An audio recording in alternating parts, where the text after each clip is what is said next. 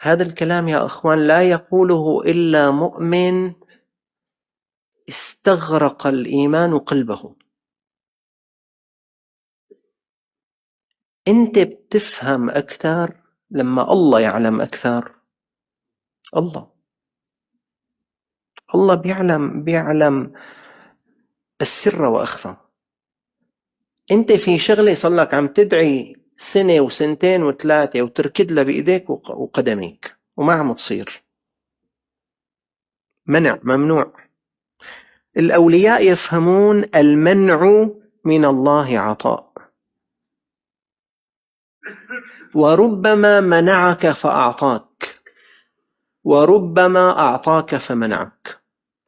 ولو صح إيمانك لاستوى عندك المنع والعطاء، بس الإيمان لا بيشد إيده، عم يعترض وزعلان، وأنا شو مساوي مع الله يعني؟ والله عاد صدقنا، والله دعينا، والله دعيت بالتهجد، والله عم بسعى إيدي ما عم تصير يا أخي. ليك رفيقي صارت له، ليك أخي صارت له، ليك جيراننا لك تدبرت معهم، أنا ما عم تتدبر. سافر من مصر للمغرب، قال له عظني موعظة أحفظ عنك. قال وتفعل؟ قال نعم. قال المنع من الله عطاء. أنتوا يا أخوان لما الله بيمنعك هو أعلم بك منك، وهو أرحم بك منك. أنت مطلوب منك أن تدعو، ومطلوب منك أن تضرع، ومطلوب منك أن تسعى، لكن بعد هذا إذا أعطاك فالخير في العطاء، وإذا منعك فالخير في المنع. ولو اطلعتم الغيب لاخترتم الواقع. لو الله بيعطيك هيك اللوح المحفوظ، أنت بتقول هيك لا تعطيني. وإن من العباد عبادا إذا سألوا الله تعالى قال الله تعالى يا جبريل أعطه فإني لا أحب أن أسمع صوته. بده أعطيه. وإن من العباد عبادا من إذا سأل الله قال الله يا جبريل أمسك فإني أحب أن أسمع صوته. خلي يحكي، خلي يدعي، خلي يبكي، خلي يضرع، خلي يقوم على التهجد. تذكروا حالكم، لأنه متى ما صارت لك الشغلة ما عاد تقوم، ما عاد تقوم. أنت بتقول والله بدي أقوم طول عمري، بعد يومين ما عاد بتقوم، بس قبلك كنت صار لك شهرين كل يوم فيقون. شوف طلاب البكالوريا قبل الفحص، شوفهم بالجوامع على صلاة الفجر، شوفهم بالقيام، شوف سورة الفتح، شوف سورة ياسين، بس ينجح لا عاد سورة ياسين ولا عاد سورة الفتح. لك وين صلاة الفجر؟ والله عم بنام، بس انت نفسك كنت عم تفيق.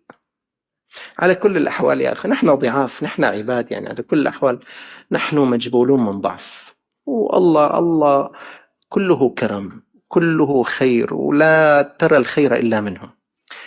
اعلم يا أخ، واعلم يا أيتها الأخت، إذا منعت فلخير لك. وقد جرى هذا مع كل واحد من عباد الله تعالى. منع أمرا فكان الخير في أن يمنع هذا الشيء، علما أنه في تلك اللحظة كان يظن أن هذا الشيء هو أفضل شيء في الوجود بالنسبة له. فأنت اسعى سعيك، لكن قلبك ليكن مطمئنا بربك، لأنك لن ترى الخير إلا منه. فارضى بعطائه وارضى بمنعه. مرات أنت في عطاء مادي، بس في عطاء معنوي كمان، في عطاء روحي. مرات في أخ بيجلس فيذكر الله عز وجل يشعر بضيق، يزيد الذكر فيزداد الضيق. يقوم في الليل لا يشعر شيئا، يتهجد قسوة بالقلب، يقرأ القرآن عيون جافة، يقرأ أكثر بدن هيك متصلب. يا رب دخيلك والله شو بدي أعمل؟ دخيلك عم بذكر الله، ما في بنوب، ما في شغل، بيحضر جلسة الذكر والله ما فهم شيء، إذا الحيط فهم هو فهم. شو أعمل بحالي؟ مغلق، الباب مغلق، منع. شو بدي أعمل؟ هذا هو العطاء. يريد الله عز وجل أن يذيقك ألم الفقد فتنكسر، فيكون هذا الانكسار سبب الرفعة عنده. لأنك أنت لما بتفوت لعند الله هيك ورافع مناخيرك، شلون بدك لأنه أنت ما شاء الله بتذكر بنشرح صدرك، بتقرأ قرآن بتدمع عينك، تصلي ركعتين بيقشعر بدنك، شو بدك أحسن من هيك؟ فبتفوت أنت هيك يعني بعضلات مفتولة. ما عند الله عز وجل فايت بعضلات مفتولة، بدك تفوت هيك مكسور، بدك تفوت ضارع. فبيقوم الله عز وجل بيأمر بالمنع، فتتألم، فتنكسر، فتخضع، فتعطى. لذلك أهل التربية الروحية يقولون الله له تجلي باسمه الباسط، يصير شرح وأنس وطمأنينة وعين تدمع وبدن يقشعر. وله تجلي باسمه القابض. القابض يا لطيف، بتحس هيك شدة في قلبك، تحس على صدرك كأنه في شيء يعني بلوكي محطوطة هون، مع أنك تذكر وتصلي. هذا تجلي اسمه تجلي القبض. وأهل التربية الروحية يا أخوان يقولون تجلي القبض أعلى رتبة من تجلي البسط. قال لأن الذاكر الذي يمر بتجلي البسط يخشى عليه أن يذكر في المرات القادمة للبسط، مو لله. يعني بيقول لك والله حاسس حالي متضايق، تعال نذكر نرتاح لنا شوي. ما هو عم يذكر مشان شو؟ مشان يرتاح شوي، مو مشان الله. يخشى عليه الذي يمر بتجلي البسط أن تصير عبادته للبسط. أما ما حدا بيذكر للقبض، فإذا ذكر الله وهو مقبوض هذا أكثر إخلاصا، وأجره أعلى من تجلي الذاكر الذي في تجلي البسط. مهما يكن من أمر، فقد قال الصالحون قبضك حتى لا يبقيك مع البسط، وبسطك حتى لا يبقيك مع القبض، وقبضك وبسطك حتى يبقيك معه.